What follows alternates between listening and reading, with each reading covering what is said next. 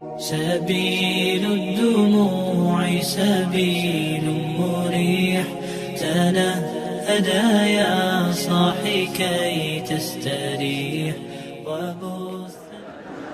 Ustaz, mengapa orang bunuh diri masuk neraka? Bukankah kematian telah ditentukan Allah? Nampaknya mau bunuh diri nih.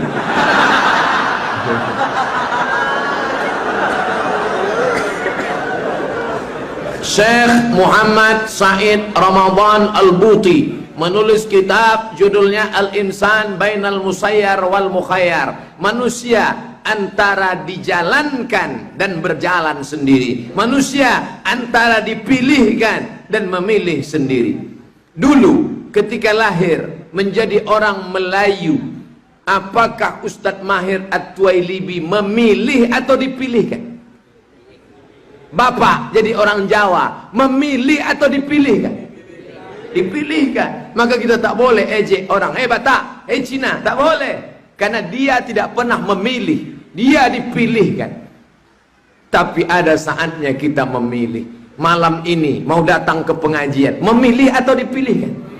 Memilih. Mau bunuh diri, ada pisau silet, memilih atau dipilihkan? Nah, mulai ragu kan? Ketika Buya Hamka baca bukunya Tasawuf Modern, baca itu tulisan Buya Hamka di saat dia betul-betul down dalam penjara, naik tapak sepatu ke atas mejanya, "Hei Hamka, kau pengkhianat bangsa!" Nampaknya pisau silet di dinding penjara. Apa kata setan? "Hamka, ambil pisau silet itu, potong urat nadimu, tak ada gunanya kau hidup. Kau di Maninjau Sumatera Barat diangkat sebagai datuk nenek mama orang Minangkabau. Dan sekarang engkau bergelar doktor dari Al-Azhar honoris causa. Sekarang kau dituduh sebagai pengkhianat, mau menjual negara ke Malaysia. Bunuh saja dirimu." Tapi dia lawan dengan iman. Ada saatnya kita memilih. Kenapa dia masuk neraka? Karena dia memilih ikut ajakan setan. Maka kita selalu membaca ayat-ayat, ayat kursi, doa-doa, supaya jangan sampai setan berbisik, "Bunuh ke diri kau, bunuh diri, bunuh, bunuh." Di kantor ditekan atasan, di jalan ditangkap polisi, di rumah ditekan bini, stres, menengok baygon macam Coca-Cola, akhirnya bunuh diri, neraka jahanam. Makanya kau mesti banyak-banyak solat. Wasta'inu bis sabri wassalah. Sekarang saya mau minum dari botol pakai tangan kiri atau dari teban kanan dengan gelas, memilih atau dipilihkan? Memilih. Allah kasih saya kuasa, sama, basar, kalam, kudrat, iradat. Gunakan sama, gunakan basar, gunakan kalam, gunakan kudrat, gunakan iradat. Pakai tangan kanan, ucapkan bismillah, minum, bismillahirrahmanirrahim. Alhamdulillah. Saya mau nanya Ustadz, saya melarang dan mencaci maki orang untuk melakukan hal yang dilarang Allah, tapi saya sebenarnya masih belum bisa meninggalkan sesuatu yang saya larang itu. Gimana tuh Pak Ustadz? Kabura maqtan indallah, murka yang paling besar di sisi Allah. Antaqulu ma la taf'alun, kau bicara tapi kau tidak lakukan. Ini umum, dia tak sebutkan apa larangan yang kau orang suruh larang tapi kau lakukan itu apa? Pacaran. Kau jangan pacaran, nikahlah. Ini yang banyak, ini ngaji ini kan anak-anak muda nih, aktivis kampus. Jangan pacaran, jangan pacaran. Pacaran dia 5. Berhentilah pacaran. Ustadz Felix Yao kan udah keluarkan buku, udah putusin aja.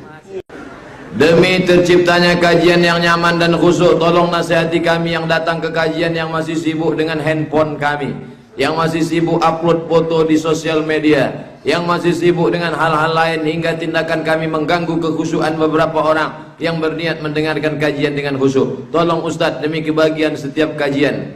Ada ustadz-ustadz kita, kalau nampaknya orang main HP langsung, "Kamu yang Saya termasuk yang tidak keras. Saya ini ustadz yang lembut. Bagi saya zaman edan, mau aja orang ke masjid, alhamdulillah. Itu saya agak lunak saya dalam masalah itu. Jadi kalau ada orang mengatakan Ustadz Somad itu ustadz keras, Itu tuduhan yang menyakitkan. Tapi saya anjurkan, janganlah asik berfoto aja.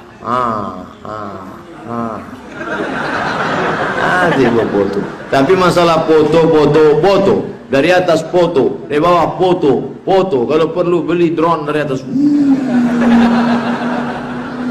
Share, bagikan ke kawan-kawan, tunjukkan begini kami mengaji. Allahu Akbar. Jangan disangka orang kami ramai kalau dangdut kayak ngeracun kucing garong saja.